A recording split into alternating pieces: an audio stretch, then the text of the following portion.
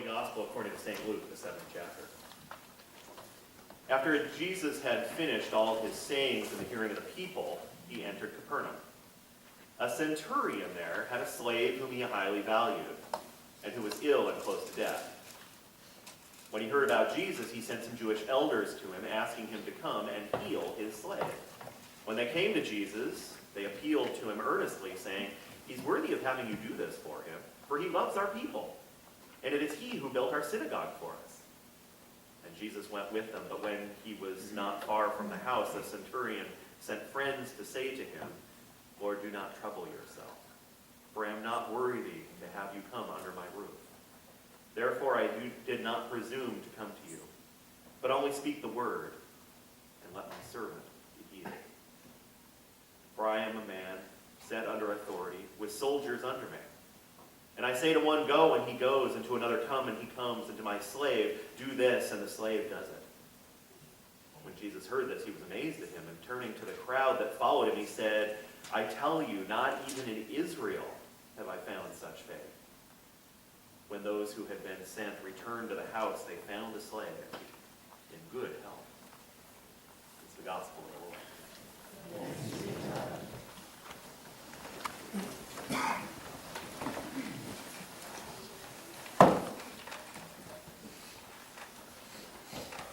God's grace, mercy, and peace be yours this day through Christ, our Savior and Lord.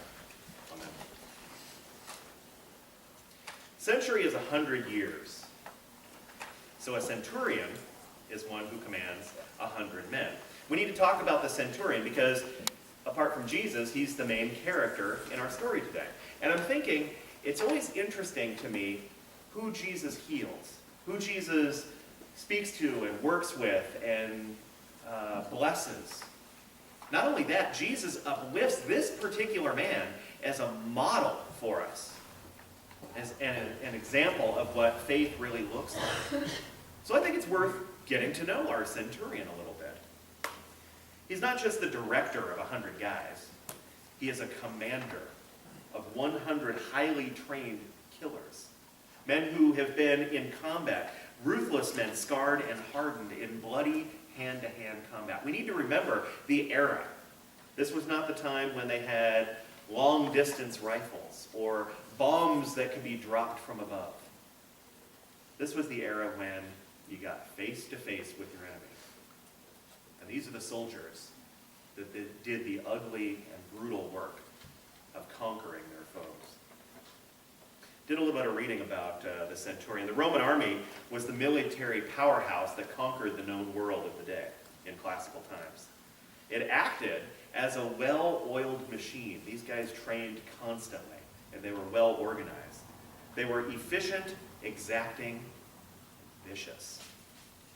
This was the same army that inspired Caesar's famous saying, "Veni, vidi, vici." I came, I saw, I conquered.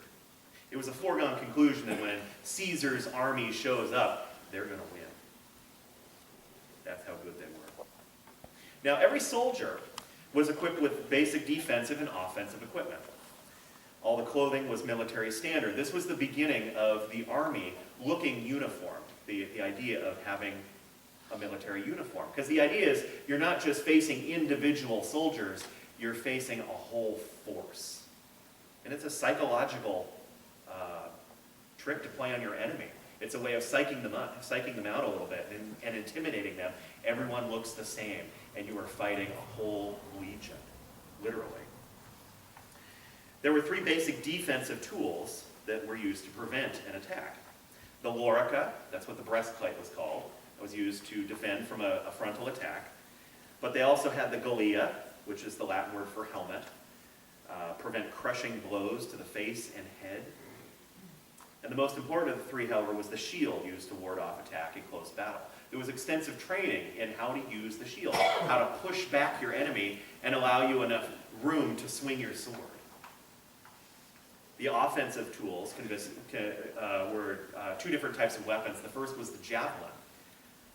They designed a particular kind of javelin that would bend once it penetrated the enemy, so that the enemy couldn't pull it out and reuse it against you.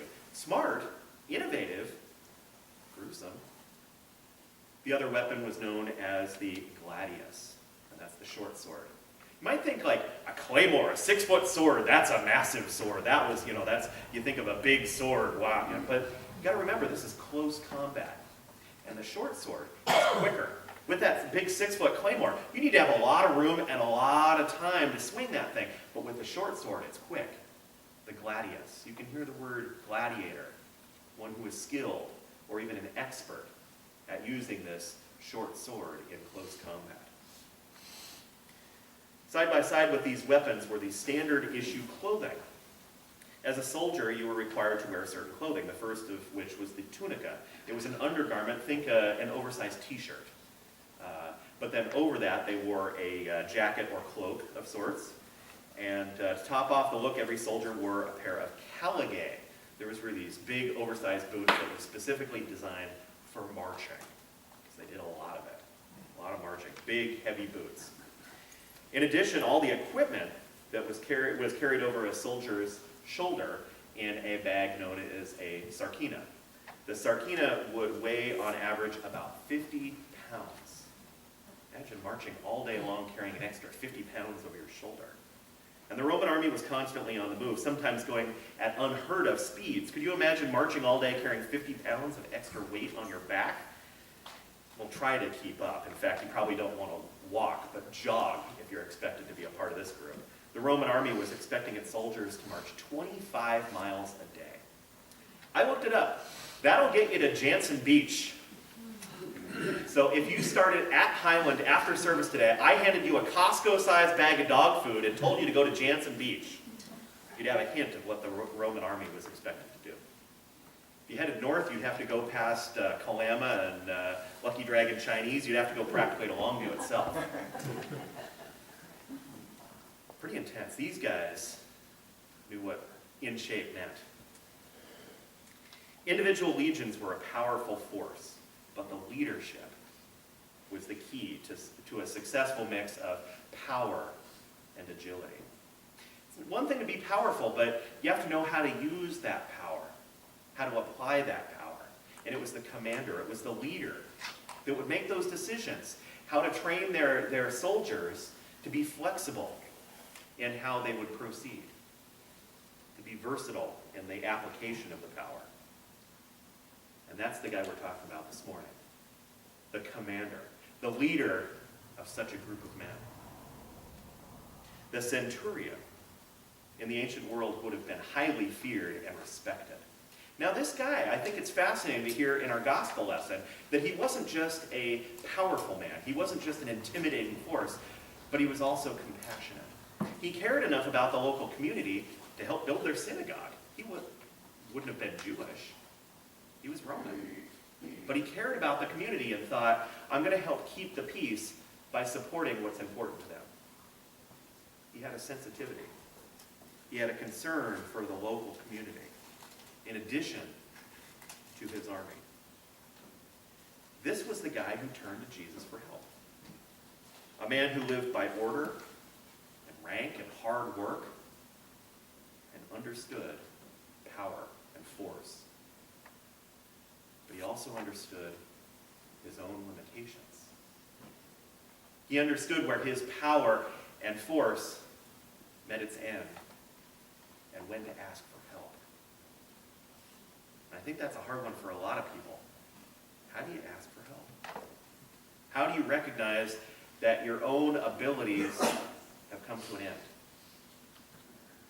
This guy became a model and an example of faithfulness for saying, I can't take it any further. God, I need your help now. He knew that it would be out of place for him to approach Jesus, so he sent Jewish elders. Again, like I said to the kids, could you imagine a special forces person walking through the door of our church? Even if they weren't in full gear, special forces walking through our door, there's a different energy there. That's a different presence.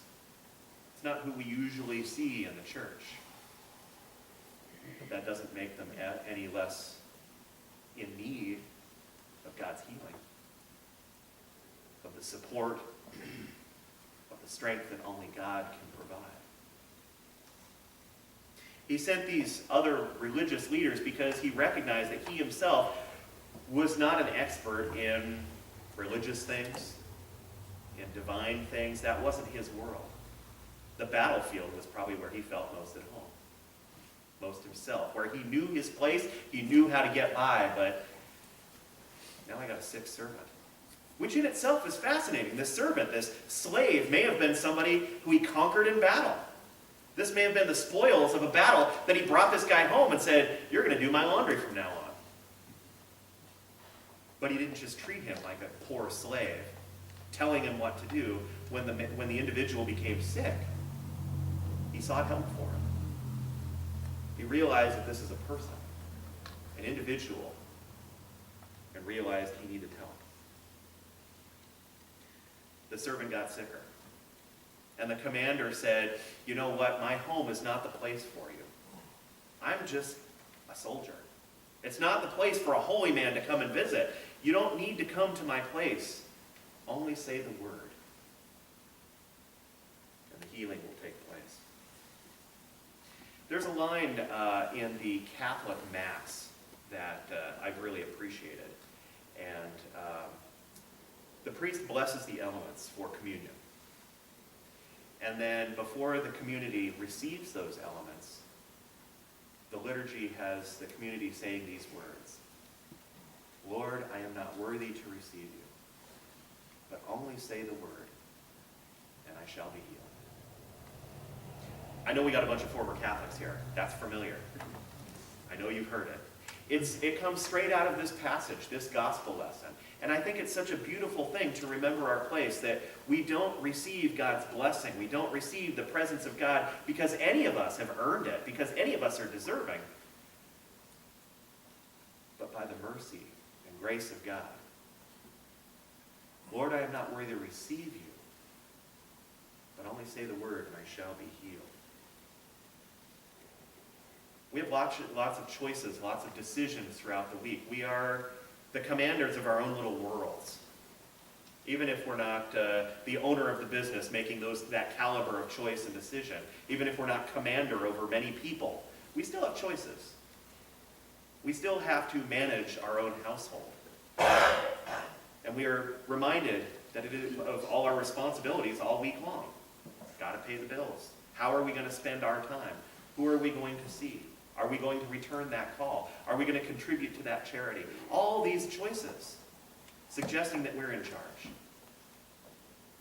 But then there comes that time when we need to recognize that we're no longer able to meet the challenges. And more importantly, where we go in that time. The reason the centurion becomes an example for us is that he knew where to turn. He would have been a Roman. He would have grown up in a household most likely worshiping Roman gods, little figurines that stood on a bookshelf that you would pray to and talk to about these many gods that are out there. The whole idea of a one true God.